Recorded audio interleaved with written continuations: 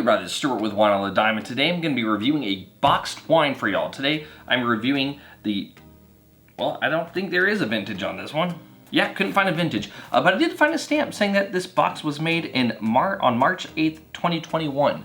So let's just safely assume maybe it's a 2020 vintage. Anyway, yeah, let's get into this wine.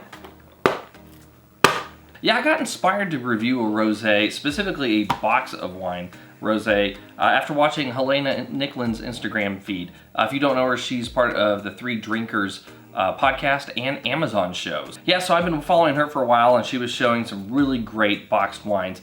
But being in England, she has access to the European market for boxed wines. Not quite the same types of things you get in the States. So I still felt like I needed to do one. I just know what I have is not probably going to be, like a Sancerre, a boxed Sancerre. Come on. Anyway, so let's go ahead and get to the color. From a color standpoint, you are medium salmon, no artifacts, no cloudiness. Yeah, and I mean, if you also said light salmon, you probably weren't off either. It's kind of in the middle there, but I wouldn't say it's orange, and I definitely wouldn't say it's pink. Yeah, it still has some mix of those characteristics between them. In terms of the nose, medium in intensity on the nose, wow. First thing I'm getting is a super ripe watermelon.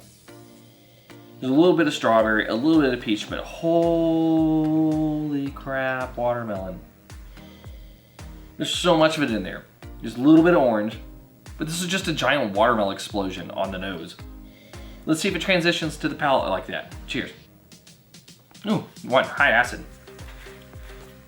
2, that ripe watermelon is not ripe on the palate, it is a sour watermelon. Like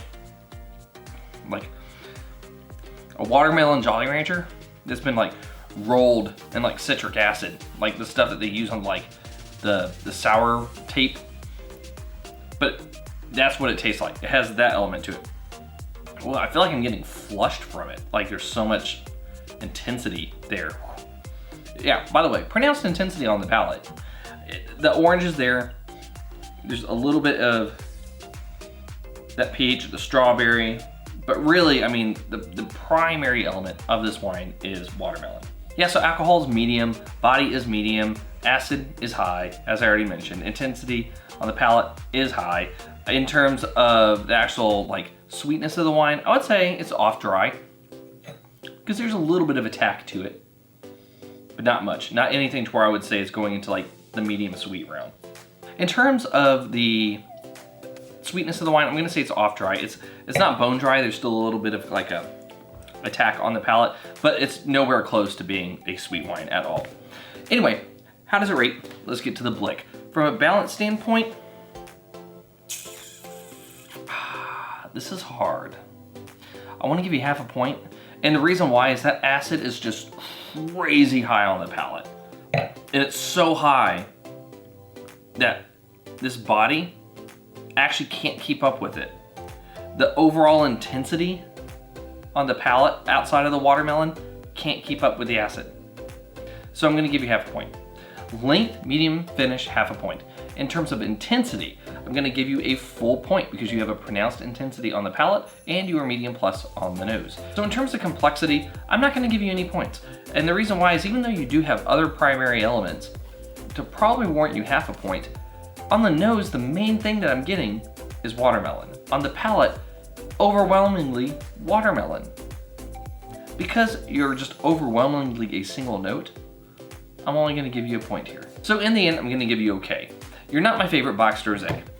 My favorite boxed rosé is a little chicken wine that you can find for like $7, maybe $8 a bottle. And they make it into a box now, and it is fantastic. Yeah, so for $22 a box, which is a little less than $6 per bottle, you can enjoy some really darn good cheap rosé, and it goes fast. When you open that box, ooh, it goes fast. It can be dangerous. So, little chicken wine from France rosé box. It's better than this. But with that being said, if you bought this, it's not a bad thing. You're not gonna throw it out. Just be aware, it's almost kind of like a one note player here. Anyway, this has been Stuart with Wine on the Dime. If you liked today's video, please like, subscribe, and comment. Have you had the Haus Rosé, assuming 2020 vintage? We don't know. I'd be interested to know if you have. Leave a comment below, and I'll see you all again soon with another episode from Wine on the Dime.